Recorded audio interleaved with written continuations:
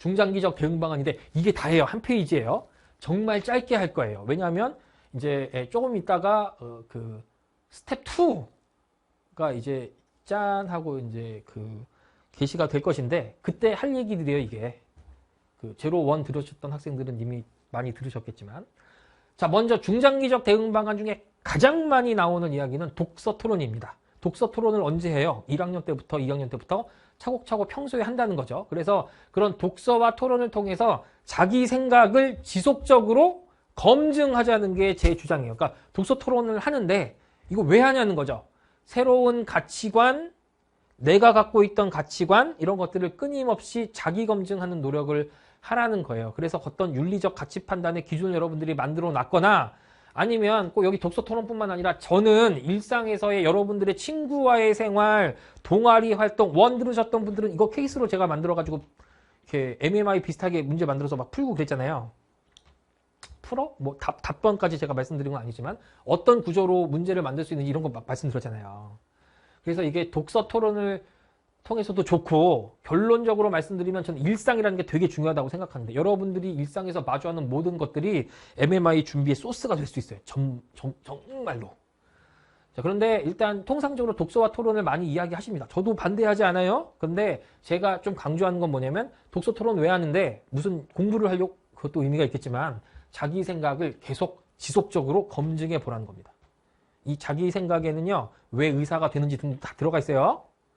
자, 그 다음에 탐구 활동을 지속적으로 여러분들이 수행하면서 과학적 사고력이 개발되면 좋겠죠. 왜냐하면 과학이나 수학 관련된 제시문이 나올 수도 있으니까 그럼 분석해야 돼요. 있으면 좋겠죠? 그런데 그걸로만 끝나면 MMI랑 상관없는 데이터만 여러분들이 습득할 거예요. 중요한 건 그런 탐구 활동을 통해서 성찰해야 된다는 거죠. 그래서 그 MMI의 윤리적 딜레마 등을 해결할 수 있는 그런 소스를 여러분들이 계속 확보하셔야 될 것입니다. 언제부터? 1학년 때부터 하면 더 좋겠죠. 1학년, 2학년 할 수 있으면 생기부 만들면서 같이 하라는 게 제 그 주장이잖아요. 자, 그 다음에 여기 교우 관계, 동아리 관계, 동아리 선배들과의 갈등, 후배들과의 갈등, 다양한 여러 가지 상황들이 있어요. 그런 학교 생활 속에서 발생하는 사건들, 아까 제가 말했던 학생들 중에는 저희 전교 회장님과 부회장님 하면서 되게 재밌는 것들 하고 막 그랬잖아요.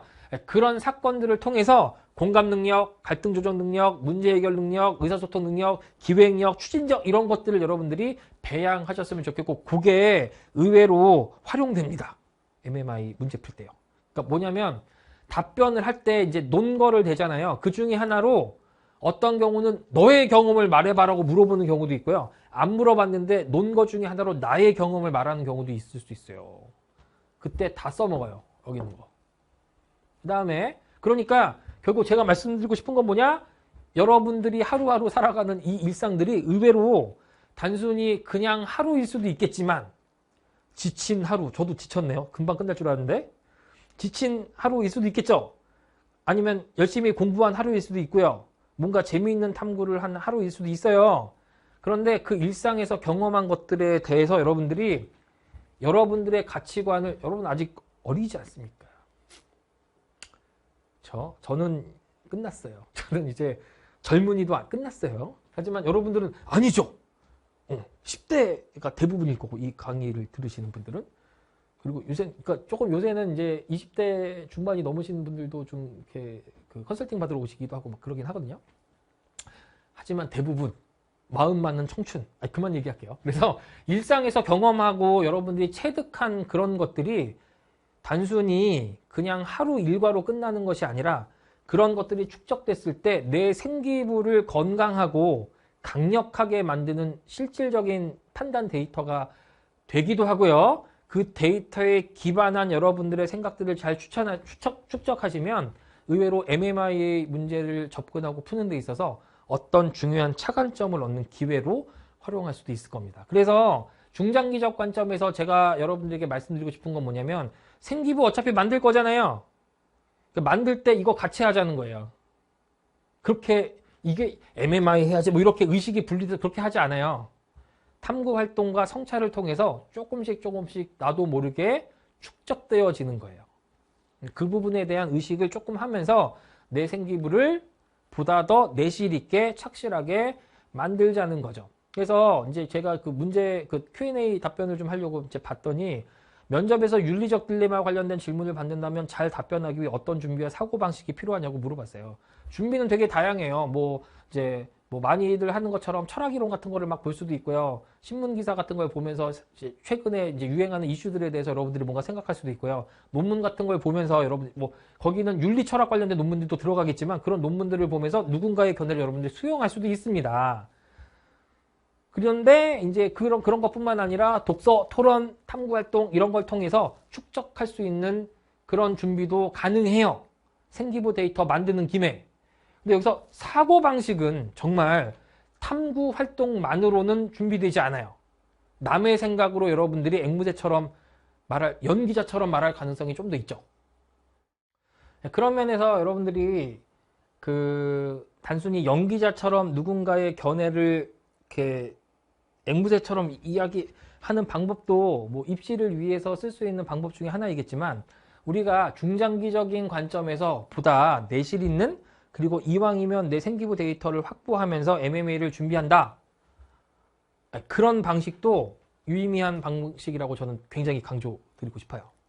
그래서 잘 답변한다는 거에 대한 컨셉이 질문을 한 학생과 제가 좀 다를 수는 있어요. 근데 MMI는 기본적으로 정답이 있거나 정답이 확정된 그 정답을 찾아가는 여러분들의 학업 역량 같은 것을 평가하는 것이 아니기 때문에 내가 생각한 그 답안의 과정과 논지가 더 중요하다고 말씀드렸잖아요. 이 논지를 만들어주는 내가 처리한 데이터들 그런 것들이 더 중요하기 때문에 가능하다면 여러분들이 이제 1학년, 2학년 학교 생활을 하시면서 다양한 활동들을 하시게 되겠죠.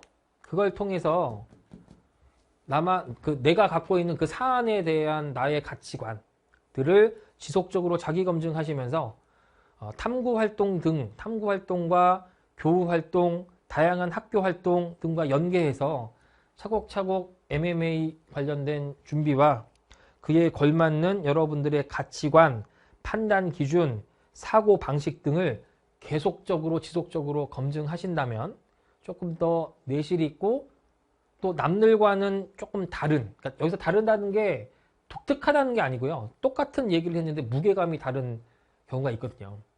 그런 의미에서 변별력 있는 답변을 하실 수 있는 그런 하드웨어를 만드셨으면 좋겠어요.